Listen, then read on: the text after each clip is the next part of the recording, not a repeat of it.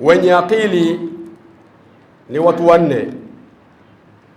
Al-uqalau arba'a, wenye akili ni watu wanne. Sasa mimi na wewe, hebu tuangalie hao watu wanne ambao walioambiwa ndio wenye akili. Sisi tumo katika hawa watu wanne?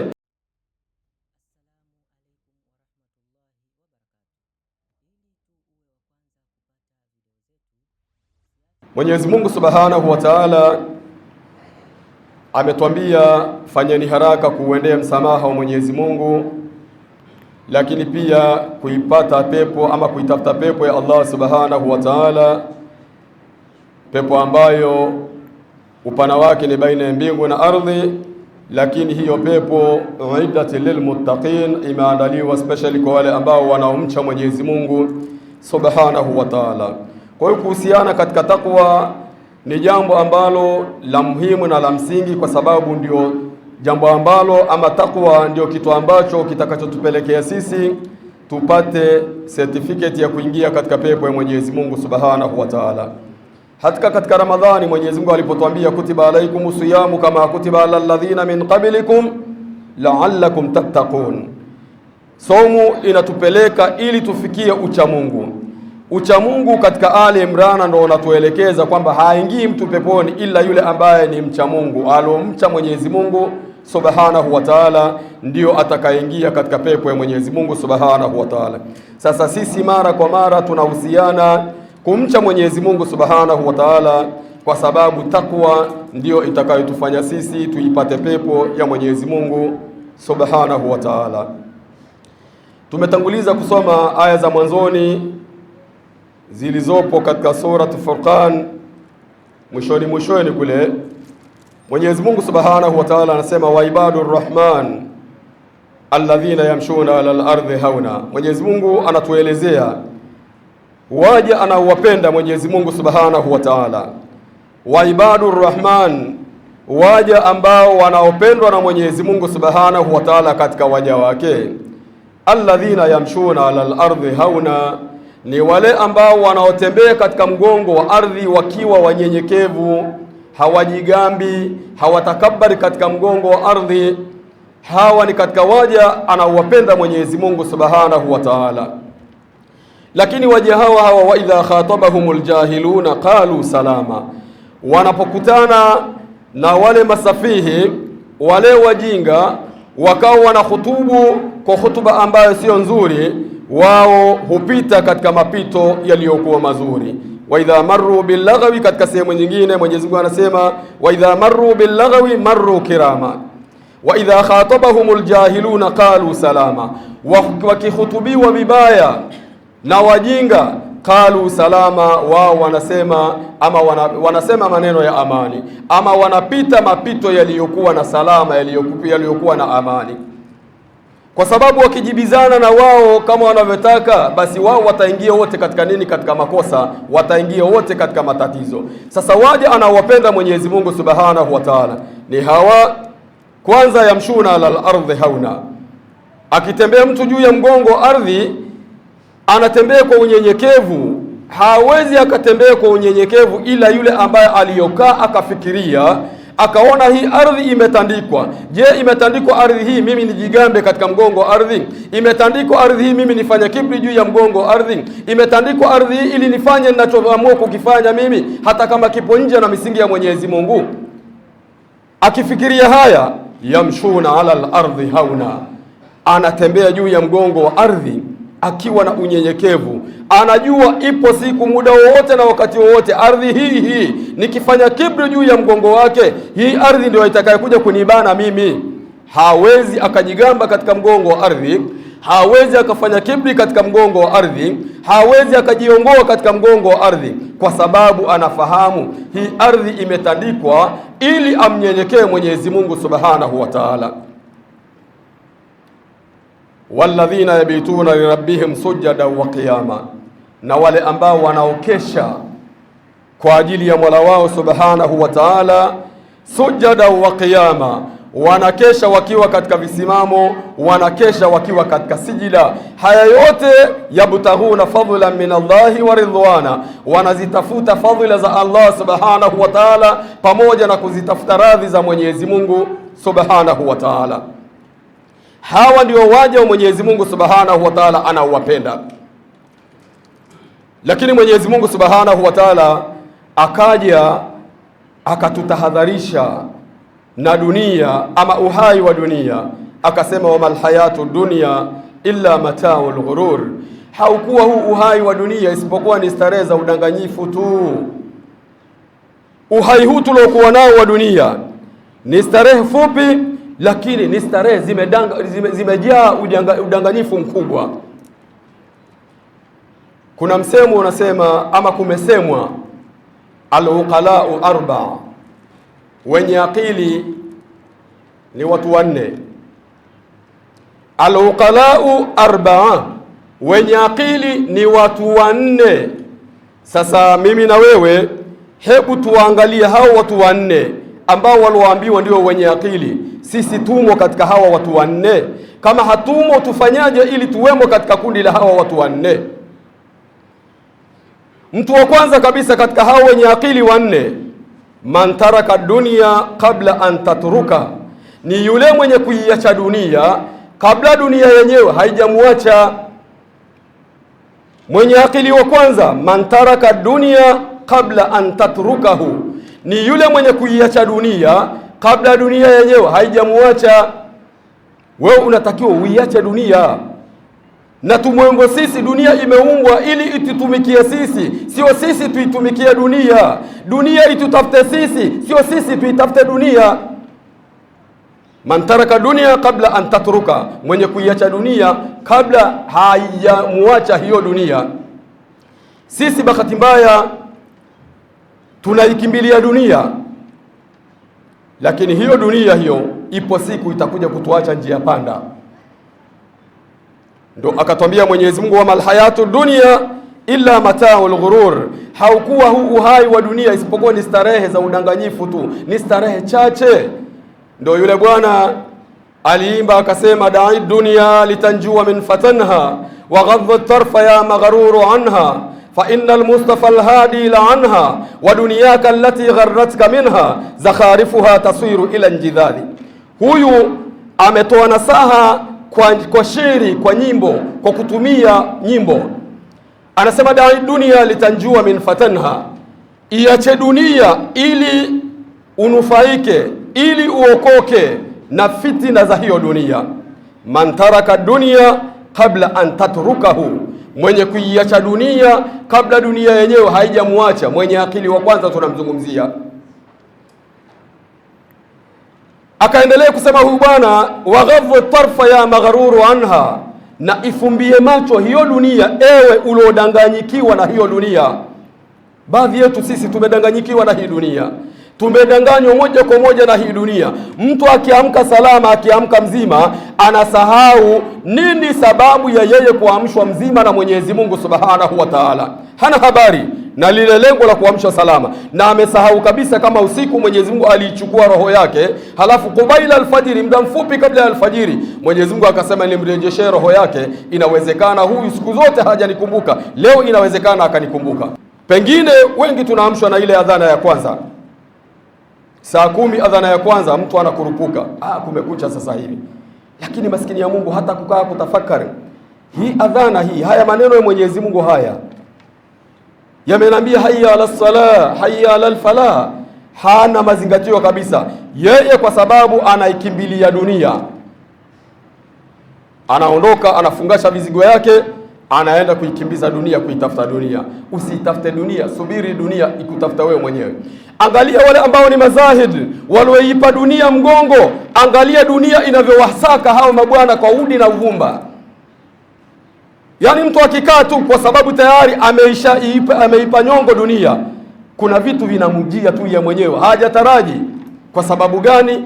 Kwa sababu yeye mwenyewe ameiacha dunia. Dunia lazima imtafute huyu mtu, lakini wewe ukitafuta dunia, basi dunia inakutelekeza wewe. Man taraka dunya kabla an tatrukahu, mwenye akili wa kwanza ni mwenye kuiacha dunia kabla dunia yenyewe haijamwacha. Fa innal Mustafa al-hadi la'anha da'i dunya litanjua min fatanha wa ghadda tarfa ya maghruru anha. Fa innal Mustafa al-hadi la'anha, hakika bwana mtume sallallahu alaihi wasallam ameshailani hii dunia. Mtume kailani dunia pale aliposema ad-dunya mal'unatun illa ma kana lillah, dunia imelaaniwa na vimelaaniwa vilivyomo humo ndani isipokuwa vile ambavyo vipo kwa ajili ya nani? Kwa ajili ya Allah subhanahu wa ta'ala. Huyu ni bwana mtume sallallahu alaihi wasallam. Wa dunyaka allati gharratka minha, lakini dunia yako ndugu yangu Muislamu ambaye inakukokota wewe, inakuburuza wewe, inakuburuza bila wewe kujitambua, zakharifuha taswiru ila njidhadhi, vile vipambo vyake vinaenda kukatika, tena vinakatika bila wewe kujua. Unakuja kujua dunia, vipambo vya dunia vishamalizika, wakati Israeli tayari kashasimama mbele yako, ndio kwanza unaanza kulalama, rabbi laula akhartani ila ajalin qaribin fa asaddaqa wa akum min as-salihin, rabbi irji'uni la'alli amala salihan. Unaanza kulalamika, unaanza kulalama kwa Mwenyezi Mungu Subhanahu wa Ta'ala. Lakini mauidha yalikufikia wewe, nasaha zilikufikia wewe, kwa sababu ya kibri tu uliifata dunia kwa udi na uvumba, hukuwa na haja yoyote ya kufata yale maelekezo ambayo unayoelekezwa na wale ambao wanaokuelekeza. Na kwa bahati mbaya sisi binadamu tulivyo, hata maneno ya Mwenyezi Mungu Subhanahu wa Ta'ala tunasema sisi, maneno ya kufumba fumba sisi tunayang'amua sisi. Eti maneno ya Mwenyezi Mungu mtu anasema haya, kuna Kiswahili cha kileo wanasema nimelijua hilo ama naijua hiyo. Sasa sisi baadhi yetu hata maneno ya Mwenyezi Mungu mtu anasema anayajua hayo. Mungu hawezi akamfumbia kiumbe wake. Mungu anamwambia kiumbe wake. Mungu hana sababu ya kumfumba kiumbe wake, anamwambia kwa sababu apate kuzinduka, sio anamfumba. Inaposomwa aya hufumbiwi, ni Mungu kasema hayo maneno. Mungu hawezi akamfumbia mja wake. Akufumbia wewe, anakuogopa nini? Ayu shay'in yakhafu rabbuka minka, nini anachokiogopa kutoka kwako wewe mja wa Mwenyezi Mungu Subhanahu wa Ta'ala uliokuwa dhalili? Maneno ya Mwenyezi Mungu, Mungu anakwambia kama ni kweli basi uwaidhike, kama ni ukweli ubadilike, la sio kwamba unafumbiwa. Mungu hamfumbii mja wake. Ndio wale Makureishi wakati Mwenyezi Mungu amepigia mfano ya wadudu dhaifu, wala akina mbwa, akina nzi, akina nini wale mpaka vyura, wanasema madha arada Allahu bihadha mathala. Jamani, angalieni huyu Mungu, Mungu wa Muhammad, Mungu wa maajabu, eti anapiga mfano mpaka buibui anampigia mfano. Sasa buibui ana faida gani? Yes ndio akamuumba huyu buibui. Baibui nani buibui? Yes ndio akamuumba huyu nzi. Yes ndio akamuumba huyu chura. Anakosa gani Mwenyezi Mungu kupigia mfano kwa kiumbe alichokiumba yeye mwenyewe? Wewe mwanadamu unataka nini? Sasa Mungu anapozungumza neno, Mungu hamfumbi mja wake. Mungu anamwambia live ili apate kujirekebisha, na ndivyo tunavyotakiwa. Wakati Mungu anasema kadha wa kadha, hata kama tumeguswa, kazi yetu sisi ni samu au watwaa, ni kusikia na kutii kile ambacho anachokisema Mwenyezi Mungu Subhanahu wa Ta'ala. Tusijifanye sisi ni wajuaji kumshinda hata Mwenyezi Mungu. Wa dunyaka allati gharratka minha zakharifuha tasiru ila njidhadhi, dunia yako ambayo inakuburuza wewe, inakudanganya wewe, zakharifuha tasiru ila njidhadhi, starehe zake, vipambo vyake ni vifupi, vinaenda kukatika katika kidogo kidogo kidogo kidogo mpaka mwisho utafika, havipo tena hivyo vipambo, utabaki peke yako, unaondoka, dunia tayari ishakutelekeza, ishakuacha. Sasa iache dunia kabla dunia haijakuacha. Mwenye akili wa pili katika hawa wanne, man bana kaburahu kabla an yadkhulahu, ni yule mwenye kuijenga kaburi lake, mwenye kulijenga kaburi lake kabla an yadkhulahu, kabla hajaingia katika lile kaburi. Huyu ni mwenye akili wa pili katika wenye akili wanne hawa. Kwanza mwenye kuiacha dunia kabla hajatelekezwa na hiyo dunia, lakini wa pili ni mwenye kulijenga kaburi lake. Kulijenga sio kama tunavyozika ndugu zetu alafu tukaenda tukajengea huko juu. Yaani wewe mwenyewe ulijengee kaburi lako, ulitie sakafu kaburi lako, ulitie marumaru chini kaburi lako, ulitie nuru kaburi lako wewe mwenyewe kabla ayadkhulahu, kabla hajaingia katika kaburi lake. Huyu ndio mwenye akili. Mimi na wewe tujiulize, tumejenga makaburi yetu nini na nini tumefanya kwa ajili ya kuyajenga makaburi yetu? na makaburi lazima kila mmoja ataingia katika kaburi lake. Haya, tumeshayajenga makaburi yetu. Man bana kaburahu kabla an yadkhulahu, mwenye kulijenga kaburi lake kabla hajaingia katika lile kaburi lake. Unatakiwa uliandae kaburi lako mapema. Ukifika basi ukute kuna marumaru ndani, ukute kuna taa ndani, ukute kuna manukato ndani, ukute kuna aina ya kila neema katika kaburi lako. Lakini maandalizi ni hapa hapa, kabla bado pumzi zako hazijakata. Lijenge kaburi lako kabla hujaliingia hilo kaburi lako.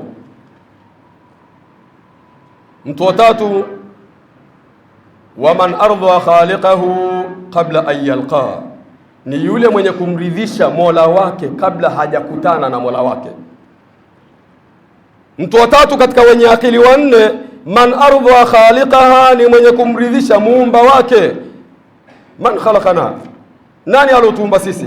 Huwa Allah. Allah subhanahu wa ta'ala ndiyo aliyetuumba sisi. Sasa mtu wa tatu mwenye akili ni mwenye kumridhisha muumba wake kabla hajakutana na muumba wake siku ya Kiyama. Maneno ya Mwenyezi Mungu unayosema ni mafumbo kwako wewe. Mungu huyo ndo akakuumba wewe, akakupa pumzi, akakupa na kauli za kuzungumza hayo unayoyazungumza. Halafu unataraji kesho ukakutana naye. Haya, unakutana naye kwa namna gani? Ukiwa na hali ipi? Kwa hiyo mwenye akili katika wanne, man ardha khaliqaha, ni mwenye kumridhisha muumba wake kabla ayalqahu, kabla hajakutana na huyo muumba wake ambaye ni Allah subhanahu wa ta'ala. Tujikite kumridhisha Mola wetu.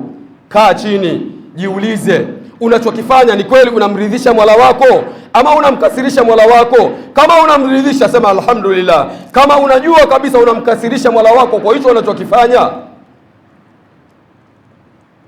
uzima tu unakudanganya huo, lakini muda mfupi utamalizika, utakatika kama kamba iliyooza. Sasa mridhishe Mola wako kabla hujakutana naye.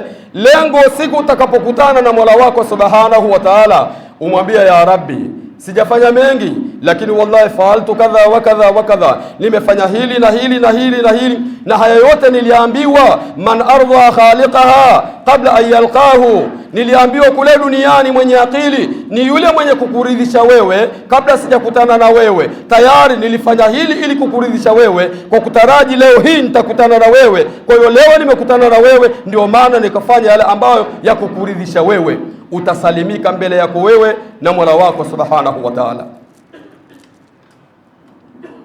Mtu wa mwisho na wanne, man salla qabla an yusalli alayhi, ni yule mwenye kuswali kabla hajaswaliwa. Man salla qabla an yusalli alayhi, hapa ndo kwenye shida hapa.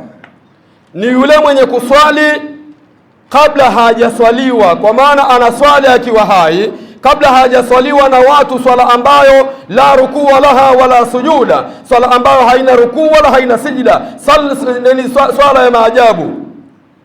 Ndio ile Bwana alisema sallu alayya salata la rukuu laha wala sujuda la'alla Allah ayarhamani. Wameniswalia mimi swala ambayo ni swala ya maajabu, haina rukuu wala haina sijida, huenda Mola wangu subhanahu wa ta'ala akanihurumia kwa yale ambayo niliyomkosea Mola wangu subhanahu wa ta'ala. Man swalla qabla an yusalli alayhi, mwenye kuswali kabla hajaswaliwa. Swali sasa hivi kabla hujaswaliwa. Na katika swala kuna mtihani hii swala, lakini katika suratul Maun Mwenyezi Mungu anasema fawailul lilmusallin, ole wao wale ambao wanaoswali. Ndio wale ndugu zetu upande wa pili wanasoma hiki kipande hiki, fawailul lilmusallin, ole wao wale wanaoswali, alafu wanakukabili wewe kwa sababu ni mbumbumbu, hujui chochote wewe. Suratul Fatiha yenyewe inakushinda, lakini unajifanya wewe mjuaji sana wa kuongea.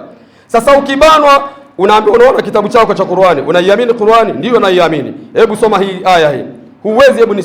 Siwezi. Hebu nisomee.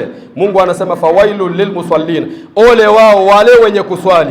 Wewe unajifanya unaswali.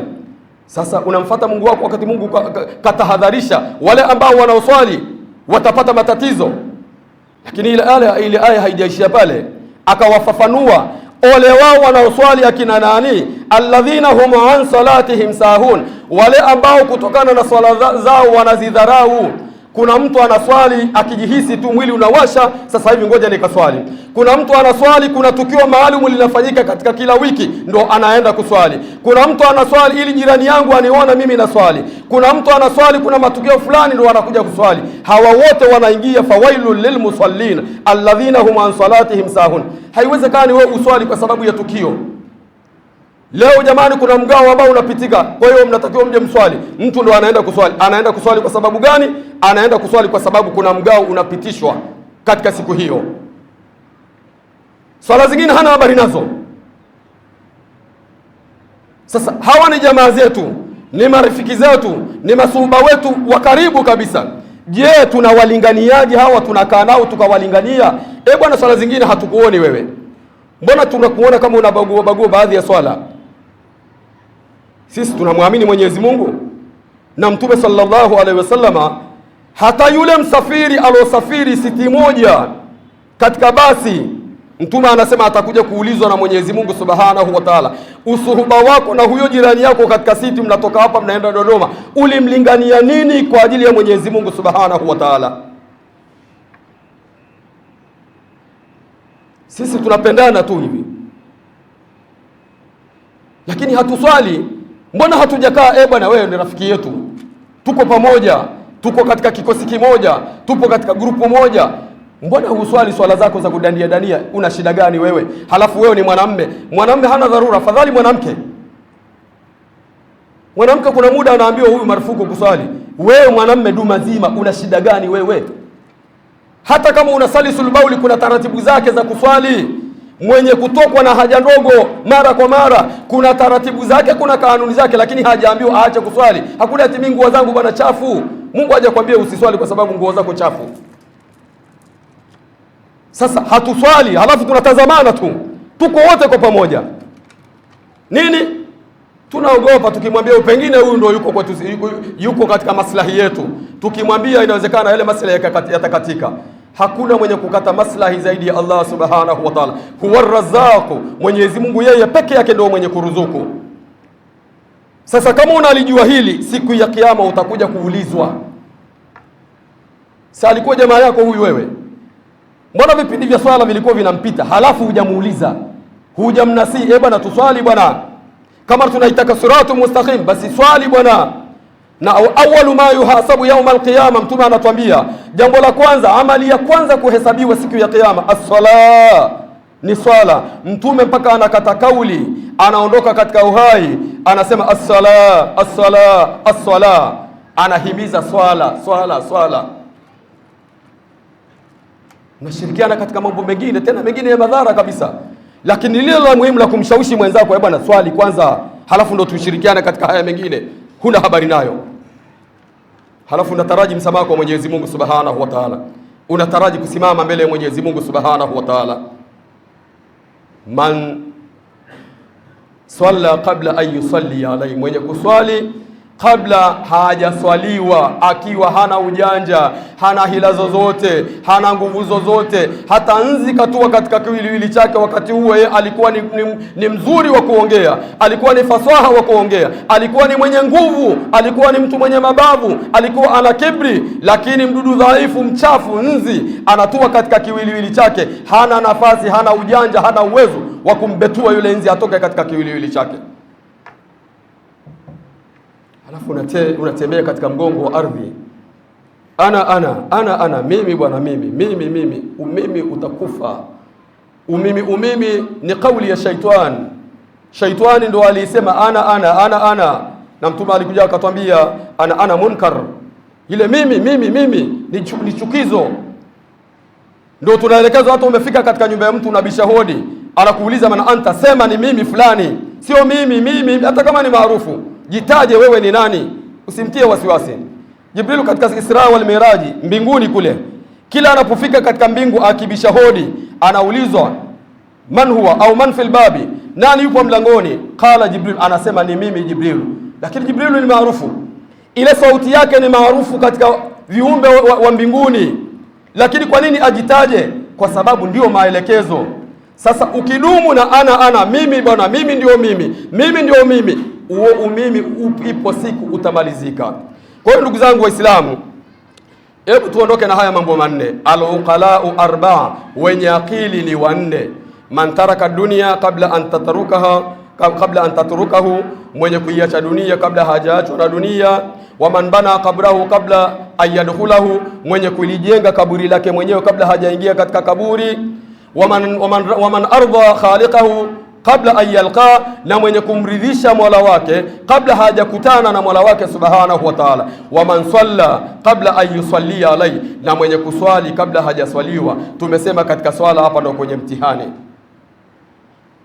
Tuswali kwa kutekeleza amri ya Mwenyezi Mungu subhanahu wa ta'ala, na katika amri hii ni min salati al-fajr ila salati al-isha, ni kuanzia swala ya alfajiri, adhuhuri uswali, al-asri uswali, magharibi uswali, umalizie na isha. Ndio maelekezo ya Mwenyezi Mungu. Ukisikia Mwenyezi Mungu katika Qur'an anasema aqimu swala, simamisheni swala, ni kuanzia alfajiri, dhuhuri, al-asri, magharibi na isha, ndo kusimamisha swala. Wewe kama unategea Ijumaa mpaka Ijumaa, unategea kwa sababu kuna kitu fulani Ijumaa ndo mimi nikaswali, hiyo swala yako ni habaa manthura, wallah ni habaa manthura. Na mwanamme kama mwanamme, hata ile kuswali faradhi nyumbani tu, yani kuwa na dharura maalum kweli kweli, ndio unaambiwa upewe dharura nini, upewe udhuru uswalia nyumbani.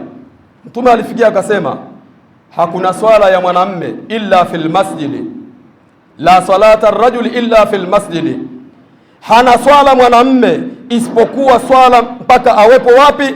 Aswali msikitini. Huyu ni Mtume sallallahu alaihi wasallam.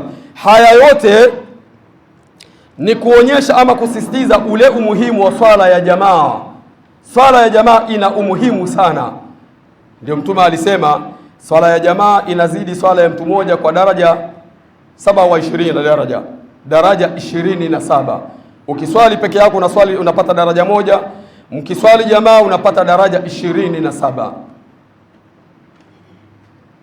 Sasa tuswali kabla hatujaswaliwa, lakini katika swala tuswali kwa yakini kwamba mimi natekeleza amri ya Mwenyezi Mungu Subhanahu wa Ta'ala. Tusiswali kiunafiki, tusiswali ili watu watuone tumeswali, tusiswali kwa ajili ya matukio fulani, tusiswali kwa sababu ya sababu fulani. Hapana, tuswali kwa kutekeleza hadha amru min Allah. Hii ni amri kutoka kwa Mwenyezi Mungu Subhanahu wa Ta'ala, haijatoka kwa kiumbe yoyote. Kiumbe hakusaidii chochote. Usiswali kwa ajili ya kumuogopa rafiki yako, usiswali kwa ajili ya kumuogopa jirani yako. Swali kwa ajili ya kutekeleza amri ya Mwenyezi Mungu Subhanahu wa Ta'ala, kwa sababu ukiifaa huyu utaenda kufikiwa peke yako. Huyu unayemuogopa hatalala na wewe katika kaburi lako, utalala peke yako. Siku ya Kiyama kama ni swala utaulizwa wewe peke yako. Sasa swali kutekeleza amri ya Mwenyezi Mungu Subhanahu wa Ta'ala. Tuswali kwa ajili ya Mwenyezi Mungu, tusiswali kwa ajili ya vitu vingine, tusije tukaingia katika fawailul lilmusallin alladhina hum an salatihim sahun. فالله تبارك وتعالى يقول وبقوله يهتدي المهتدون. وقال عز من قائل عليم فإذا قرأت القرآن فاستعذ بالله من الشيطان الرجيم. أعوذ بالله من الشيطان الرجيم. وعباد الرحمن الذين يمشون على الأرض هونا وإذا خاطبهم الجاهلون قالوا سلاما. بارك الله لي ولكم بالقرآن العظيم ونفعني وإياكم بالآيات والذكر الحكيم. أقول قولي هذا وأستغفر الله لي ولكم ولسائر المسلمين أجمعين فاستغفروه إنه هو الغفور الرحيم وهو البر الكريم.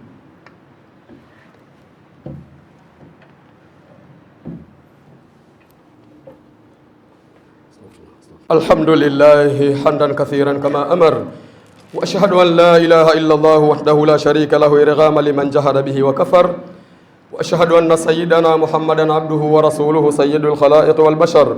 اللهم صل وسلم على محمد وعلى آله وصحبه أجمعين. وبعد، عباد الله اتقوا الله تعالى من سماع اللغو وفضول الخبر، وانتهوا عما نهاكم الله عنه وزجر، واعلموا أن الله أمركم بدا فيه بنفسه وثنى بملائكته المسبحة بقدسه، وثلث بكم أيها المؤمنون من برية جنه وإنسه، فقال تعالى مخبرا وآمرا إن الله وملائكته يصلون على النبي يا أيها الذين آمنوا صلوا عليه وسلموا تسليما.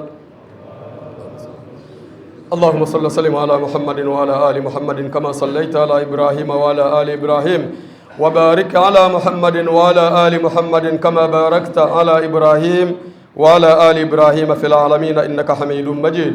اللهم اغفر للمؤمنين والمؤمنات والمسلمين والمسلمات. ربنا إنك قريب مجيب دعوات، يا قاضي الحاجات يا كافي المهمات، برحمتك يا رب العالمين. ربنا اغفر لنا ولإخواننا الذين سبقونا بالإيمان، ولا تجعل في قلوبنا غلا للذين آمنوا ربنا إنك رؤوف رحيم. ربنا اغفر لنا ولإخواننا الذين سبقونا بالإيمان، ولا تجعل في قلوبنا غلا للذين آمنوا ربنا إنك رؤوف رحيم. اللهم إنا في قبضتك حيثما كنا، فلاحظنا بعين عنايتك حيثما كنا. اللهم إنا في قبضتك حيثما كنا، فلاحظنا بعين عنايتك حيثما كنا. اللهم إنا في قبضتك حيثما كنا، فلاحظنا بعين عنايتك حيثما كنا.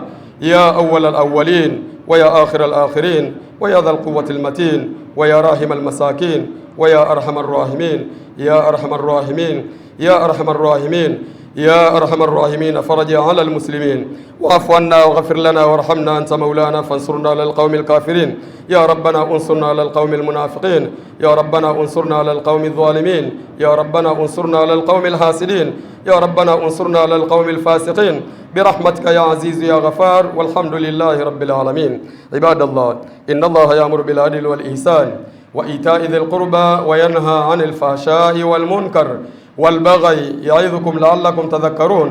فاذكروا الله يذكركم وادعوه يستجب لكم، ولذكر الله تعالى أعلى وأولى وأعز وأجل وأتم وأهم وأكبر.